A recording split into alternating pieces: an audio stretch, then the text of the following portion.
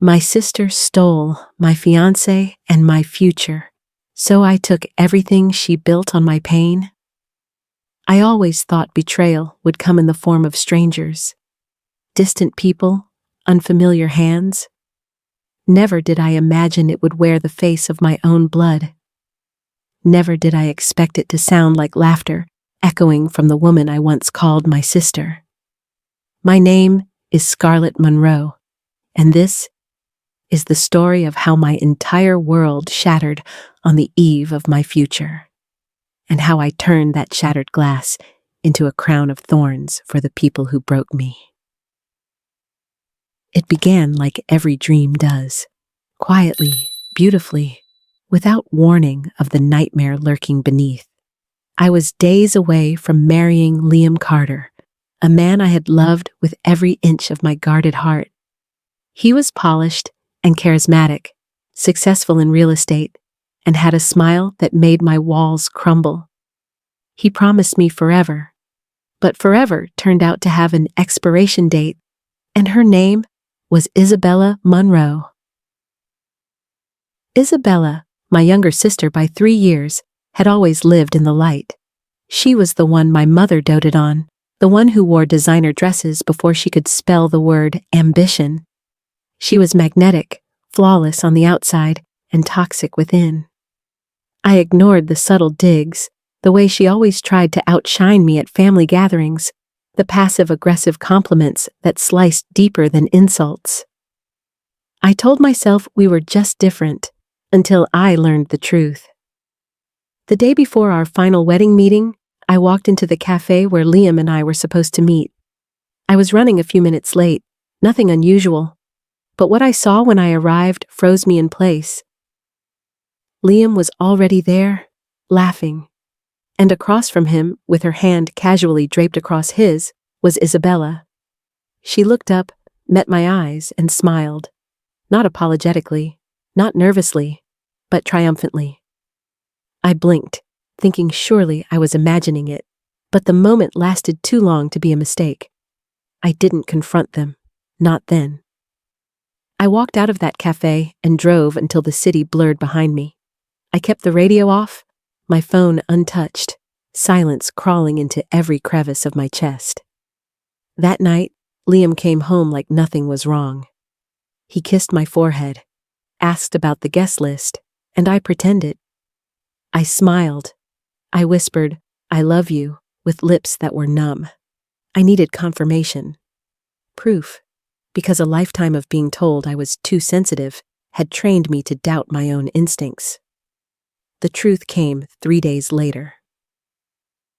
I got the confirmation through a series of screenshots sent anonymously, text messages between Liam and Isabella, plans to make it public after the wedding is off, photos I never should have seen.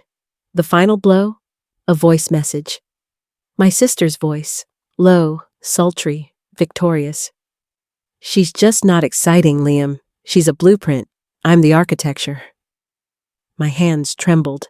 My heart didn't break. It detonated. When I confronted Liam, he didn't even deny it.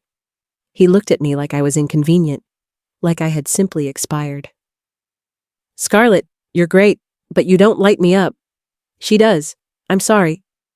But I have to be true to myself." As if betrayal could ever be labeled as authenticity. And Isabella?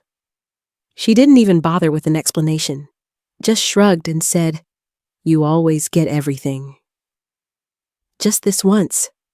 Let me have what I want. I wanted to scream, to burn everything down, but I didn't.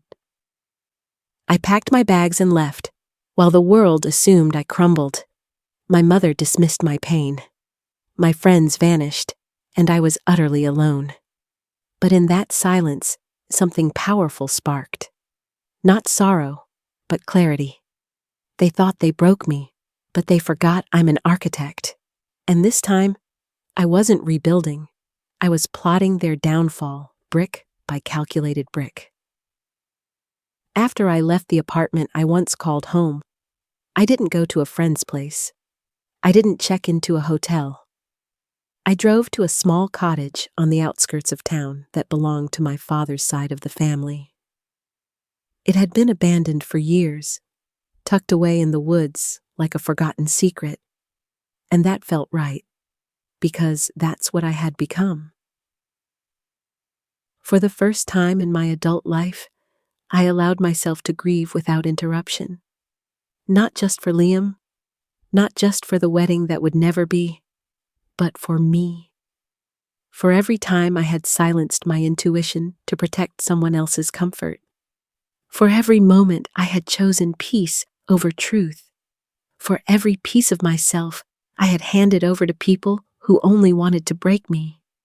I stared at old pictures of Isabella and me as children. Her wide smile, my protective arm around her. We looked inseparable, two sisters in matching dresses, holding hands in fake harmony. But those pictures were lies. I just hadn't realized it until now. My mother called once, left a voicemail saying, "Don't make this into drama, Scarlett. You always overthink everything. Let it go." That was her version of love, conditional, cruelly polished. It had always been that way. She favored Isabella because Isabella never challenged her. I, on the other hand, always asked why. Why did she only come to my recitals when it was convenient? Why did she praise Isabella's mediocrity but critique my excellence? I wasn't the daughter who played along, so I became the daughter she kept at arm's length, and now I understood how deep that distance truly ran. I didn't eat much in those first few days, just tea, silence, long walks in the woods. But as the hours passed, something unexpected began to rise from the wreckage. Focus. The kind of clarity that only comes when there's nothing left to lose.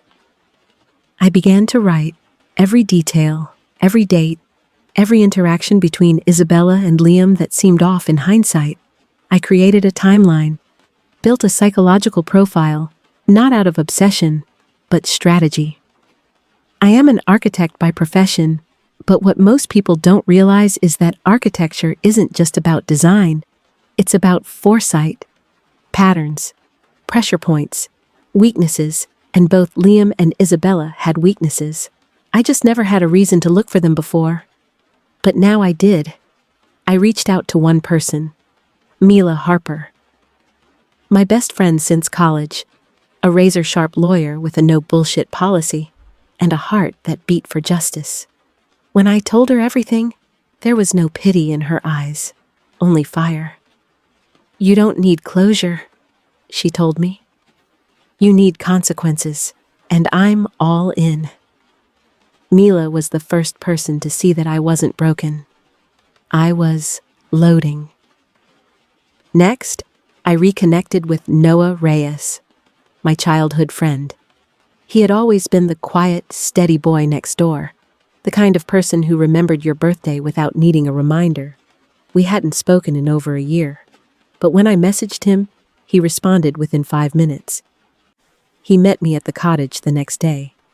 I expected an awkward reunion, but he just looked at me and said, "It's about time you stopped saving everyone else and started saving yourself." That night, I cried. Not because I was weak, but because I was finally surrounded by people who saw me. Not as the victim, not as the overreacting daughter or the discarded fiance, but as a woman who had been wronged and deserved to fight back. With Mila and Noah by my side, I started laying the groundwork. Mila dug into Isabella's finances. Noah, a financial strategist, offered to help me set up a new LLC, one that I could use to create something quietly powerful behind the scenes. I wasn't just healing. I was plotting. And the timing couldn't have been more poetic. Just 2 months after the betrayal, Isabella and Liam made it official on social media. A glowing photo of them on a beach in Mykonos.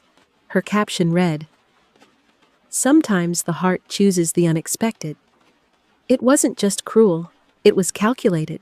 She was painting herself as the romantic heroine who had followed her heart. And the comments? Full of praise, full of sympathy for their bravery. The world was buying their fairy tale. But fairy tales fall apart when you reveal the monsters hiding beneath the crown. I wasn't going to post angry comments. I wasn't going to cry into a glass of wine. No, I was going to wait. I was going to gather every lie, every debt, every shadow in her perfectly curated world. And when the moment was right, I'd pull the curtain back. I'd remind everyone that just because someone wears white doesn't mean they're pure. Some villains smile the brightest. Some betrayals come in silk dresses and red lipstick, and some women, like me, we bury our pain until it becomes power. The old Scarlet, the soft one who excused betrayal, who tried to be enough for people who never saw her worth, she died the moment I saw my sister holding my future like it was hers to steal.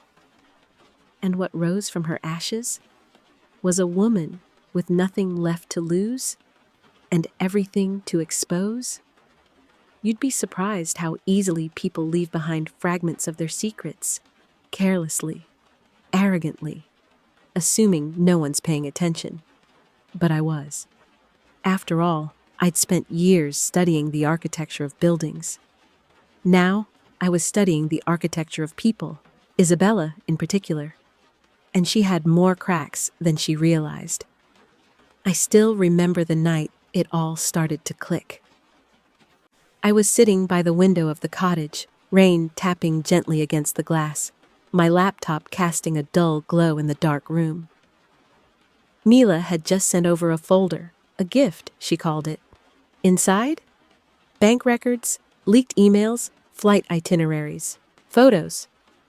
Apparently, while I was busy planning my wedding, Isabella had been busy planning my erasure. There were emails between Liam and her dating back, 3 months before our engagement. Late-night messages, hotel confirmations under false names.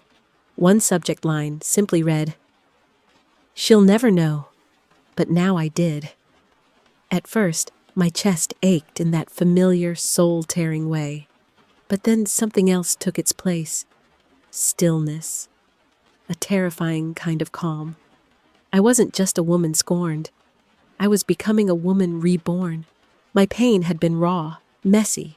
Now, it was crystallizing, sharpening, turning into precision. Mila began digging deeper. And Noah? He started building with me. Together, we created a shell company. Something subtle, professional, immaculate. Through it, we began positioning ourselves inside Liam's and Isabella's newest venture. A boutique real estate and lifestyle brand called Velare Living, a pretentious name for an empire they were marketing as a legacy of elegance. Legacy. That word made me laugh, because the only legacy Isabella had was stealing. What wasn't hers. But I was going to take it all back and make sure the world watched it burn. Still, revenge isn't just about the external. It's internal, too. I had to rebuild myself in layers. I started therapy again. I forced myself to run each morning, no matter how heavy I felt.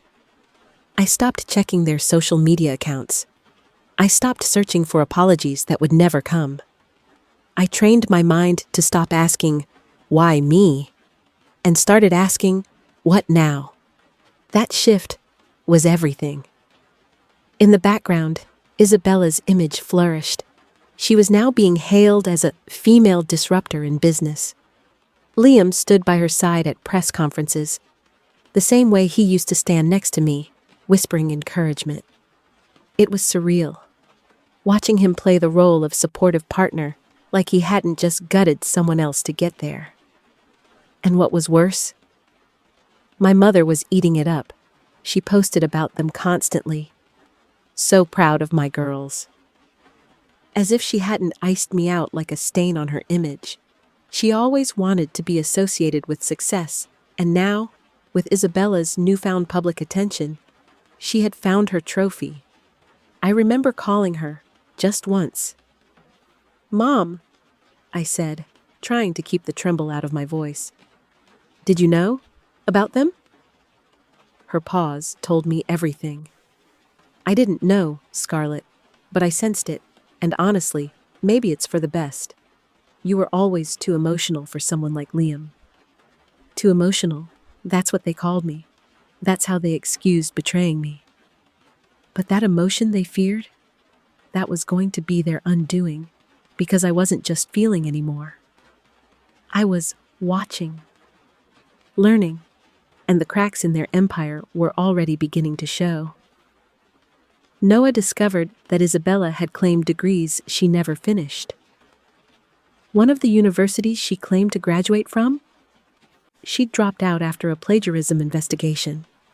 It was buried in an academic misconduct file, but not buried deep enough. Meanwhile, Mila started connecting with ex-business partners Liam had screwed over in the past. Turns out, my golden ex-fiancé had a pattern, using charm to get buy-in, then disappearing when the financials crumbled. There was a lawsuit quietly settled 3 years ago, and another one pending under a different LLC. And now these two snakes had joined forces. They weren't just morally bankrupt, they were legally vulnerable. I started writing everything down, like a story. Except this time, I wasn't writing it for me. I was writing it for the world, for every person they'd stepped on, for every lie they'd told. I would compile it into a single, damning narrative. And when I published it, on my terms, it would be undeniable. But I still had to wait. Revenge, real revenge, is not loud. It's surgical. That meant showing up at industry events again. Slowly, quietly, letting people see me alive, successful, glowing. Letting them whisper about how well I seemed to be doing. I even bumped into Liam once, at a real estate mixer in the city. His face strained when he saw me. He tried to smile, but I held my gaze steady. Scarlett, wow. You look good. I tilted my head, cool and polite. Thanks. I've been rebuilding. He cleared his throat, his bravado cracking just slightly. Hope you're doing okay? No hard feelings, right? I smiled. Oh, Liam, so many hard feelings. But you'll feel them soon enough. I'm more than okay, I said, voice like ice. And as for hard feelings, I just feel focused. That night, I sent Noah a text. He's nervous. Noah replied, good, he should be. Because we were just getting started, and the house they built on the ruins of my heart, I was going to tear it down, brick by stolen brick. They say time heals all wounds. But whoever said that never had their soul carved open by the hands of the people they loved most. My wounds didn't heal with time. They hardened, sharpened, tempered like steel in fire. In the stillness of my new life, far from the glittering chaos Isabella and Liam had manufactured, I was no longer the woman sobbing in the wreckage of a dream. I was the storm forming quietly above them, calm, collected, and inevitable. And now? The lightning was ready. It started with whispers, quiet, almost innocent. A series of anonymous tips leaked to local blogs. Nothing too big, just questions, discrepancies. Isabella Holt, business prodigy or marketing mirage? It was the perfect spark. Noah made sure the breadcrumbs led nowhere and everywhere. Rumors that seemed baseless until they weren't. A past employer, a falsified resume, a client who never received deliverables. All things small enough to be dismissed individually, but together, they formed a shadow. One Isabella couldn't control, and Isabella, for all her calculated charm, was obsessed with control. That's how I knew it would rattle her, because beneath her glossy exterior, she was always brittle.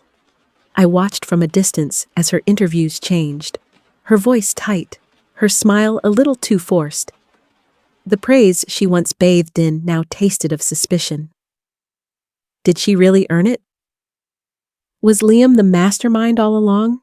It was poetic, really, because for so long, I had been painted as the overly emotional sister. the one who couldn't handle success, who overreacted to betrayal. But now, the narrative was beginning to tilt, and I hadn't even stepped onto the stage yet. I still remember the first crack I heard in their so-called empire. It came in the form of a voicemail. Mila sent it to me late one night. Liam, shouting. Not his usual calculated charm, but panic. Desperation. You said the credentials were handled, Isabella. We can't fake our way through this launch if people keep digging into your past. Do you have any idea how dangerous this is? I played it on repeat, not because I needed the words, but because I needed the sound of his unraveling. They had built this empire on stolen moments, on my pain, on lies laced in silk. But lies, no matter how pretty, rot from the inside out, and I had planted every seed. The timing had to be perfect. So I waited. I kept showing up in places where they least expected me. Industry mixers, charity events, even a real estate panel where Isabella was a keynote speaker. I watched her falter when our eyes met from across the room. She didn't speak to me. She didn't have to. My presence was a ghost she couldn't exorcise, and I loved it. But my revenge wasn't about making her squirm in public. That was just the appetizer. The real feast was coming. I'd spent months collecting the evidence: academic fraud, manipulated investors, NDAs paid out quietly to ex-partners. And Liam? He wasn't just complicit. He was a co-architect. I had emails, paper trails, contracts. Noah and Mila helped me bind it all into one pristine, explosive dossier. We called it the Mirage Report. It looked like a press kit. It felt like a biography. It read like an obituary. And when I read it, my hands trembling slightly over the pages, I felt a strange calm. This was no longer about heartbreak. This was about justice. Every lie Isabella told to ascend was now printed in black and white.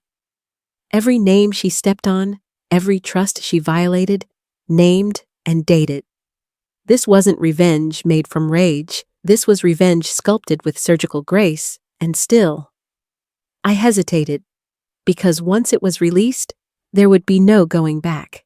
This wasn't just about destroying her reputation. This would destroy her future. But then I remembered the look on my mother's face when she sided with Isabella. I remembered the silence of the friends who watched me fall and offered no hand.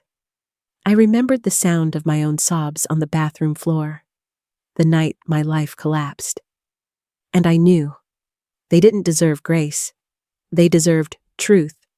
So I scheduled the release, 8 p.m., Friday. Why? Because at 7 p.m., Isabella and Liam would be hosting a live-streamed Q&A for their new luxury development, Villar Heights, an empire forged from betrayal, an empire about to drown in truth. As the clock ticked toward 8, I poured myself a glass of red wine. The rain had returned, gentle against my windows like a drum roll.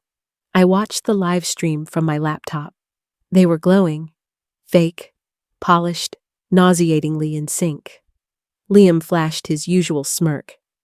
Isabella laughed like she hadn't shattered me just months ago. And then, the comments changed. Fast. What's the Mirage Report? Is it true about her degree? This is disgusting. Check page 17, and then silence on the live stream. Isabella's smile faltered. Liam glanced at someone off camera. Their perfect facade cracked. Live, in front of thousands. It was happening. They were drowning, and I just took another sip of wine and whispered to myself, I hope you enjoyed the view from the top, because you'll remember the fall for the rest of your lives. This wasn't vengeance. This was evolution, and I was just getting started. I always thought revenge would feel like fireworks, blinding, loud, sudden. But when it finally arrived, it was quiet. It was the stillness of a battlefield after the final shot, the eerie silence when smoke curls through the air, and ruins lay motionless beneath it. That night, after the Mirage Report dropped and shattered their perfect little facade, I didn't jump or cry or laugh. I simply sat there, barefoot on the wooden floors of my apartment, wine glass balanced on my knee, watching as their empire fractured in real time. It was beautiful in a way only destruction can be, when it's earned. At first, there was denial. Isabella went radio silent. Liam tried to manage the damage, calling it a smear campaign, but the receipts were there. PDFs, emails, time-stamped messages, legal documents, whispers of NDAs she thought had buried the truth. You can deny emotion. You can twist words. But facts are relentless. The public wasn't just interested, they were ravenous. And the press? They circled like vultures smelling blood in the sand. By morning, headlines had consumed their world. Luxury developer linked to fraud scandal. Fake degrees, real profits, the Isabella Holt story. The photos accompanying them were brutal. Isabella caught mid-blink, smeared eyeliner beneath panicked eyes. Liam walking ahead of her, refusing to hold her hand. And I watched it all from the safety of distance, like a ghost observing the life that once could have been mine. But this wasn't just about them. It never had been. It was about the people they tried to silence, about me reclaiming a voice that had been stolen, buried beneath years of manipulation and gaslighting. I had been painted as too sensitive, jealous, overdramatic. But now I was the one with the narrative. They were drowning in the story I had written, line by line, truth by truth, every thread of the web they spun now unraveling in front of them. My phone rang non-stop, calls from numbers I hadn't saved in years, old acquaintances, co-workers, even my mother. She left a message, one I still haven't deleted. "Scarlett, what is happening? Your sister's being dragged through the mud. Please, this isn't you." But it was me. It was the me they never bothered to know. The one who fought battles alone, cried in silence, and stitched her heart back together without applause. The one who knew that karma wasn't some magical force. It was meticulous. It required patience. And I had been patient for far too long. The most unexpected call came from Liam's assistant, a woman named Reese, who had once smiled at me with tight politeness, but never warmth. Her voice was shaky, the kind of voice that belonged to someone watching their career turn to ash. She said Liam had gone underground, whatever that meant, and Isabella had locked herself in her penthouse for days. She asked if I was the one who sent the report.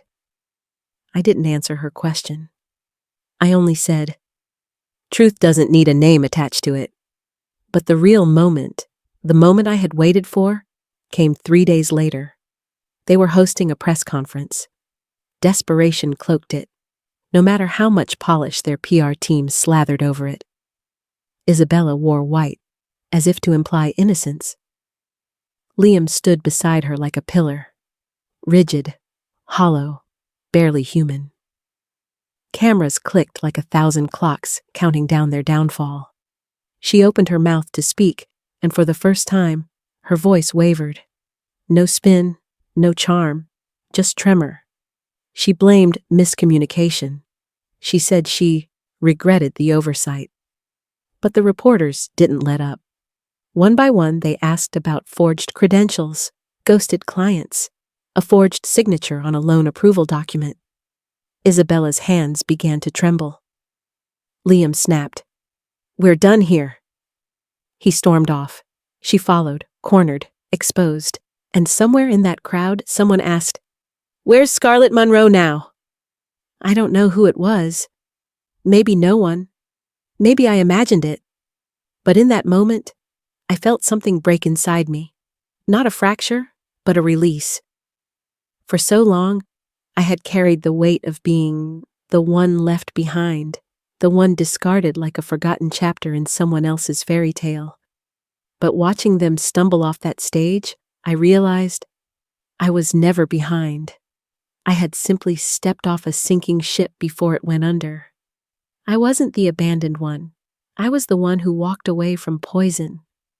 Later that evening, I visited my childhood home, the one where I'd once braided Isabella's hair before school dances, where my mother used to tell me I was the sensible one, the peacemaker. It was strange stepping back into that space now, wearing confidence like perfume.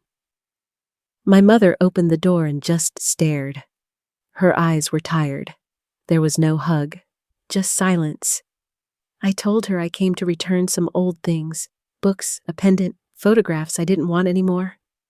She looked at me like she was seeing me for the first time. I never thought it would come to this, she said, and for the first time, I didn't flinch. It came to this, I said, because no one stopped her. She tried to say something else, but I turned and walked away. Some doors, once closed, are better left locked. That night, I drove until the city lights disappeared. I found a cliff that overlooked the ocean. The waves below didn't scream. They whispered, like they were proud of me. I stood there barefoot in the sand, letting the cold air kiss my skin, and I let it all go. The love I had for Liam, the ache of betrayal, the need to prove myself to a family that never saw me. I didn't need them to see me anymore, because now the world did. They say revenge changes you, and they're right. But it doesn't harden you the way they say. It refines you. It strips away the parts of you that were clinging to falsehoods and leaves behind something rarer, clarity. I didn't want their empire. I wanted my peace, and in the rubble of what they lost, I found it.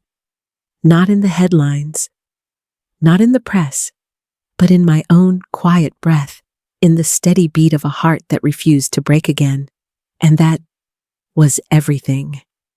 It's strange how healing rarely announces its arrival. There is no grand parade, no dramatic scene where the pain packs its bags and walks out the door.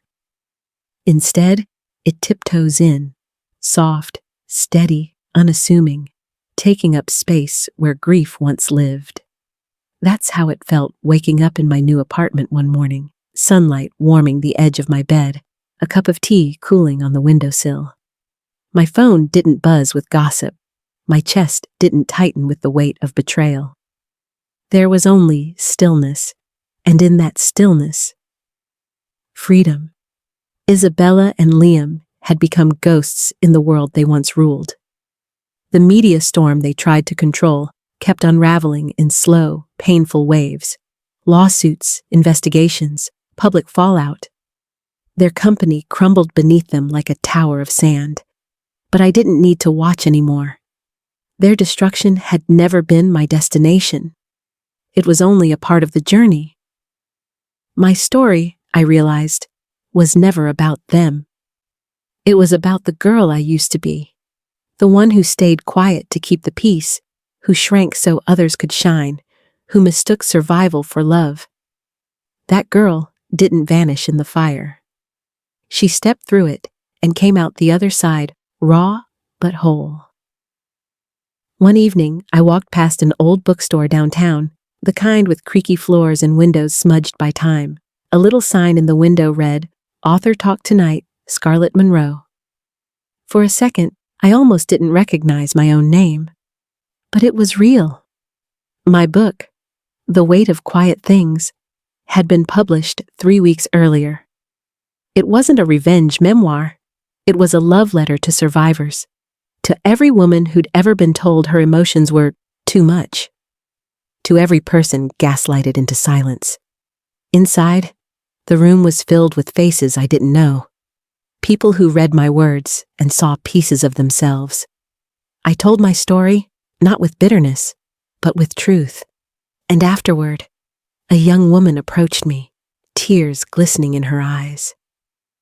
You made me feel less alone, she whispered. That, I thought, was the real victory. It wasn't about exposing Isabella or watching Liam fall. It was in knowing that something beautiful had grown from the wreckage. My pain had roots now, anchored in purpose, reaching toward something far bigger than revenge. Still, justice had left its mark. Isabella had been charged with multiple counts of fraud and identity falsification. Her investors sued. Her degrees were proven fake. Liam? He tried to disappear overseas, but reputations have long shadows. I heard he filed for bankruptcy. I didn't check the details. I didn't need to. Some ghosts aren't worth chasing. My family never formally apologized. But silence can be its own confession. My mother sent a letter, short, careful, filled with half-truths and unspoken regret.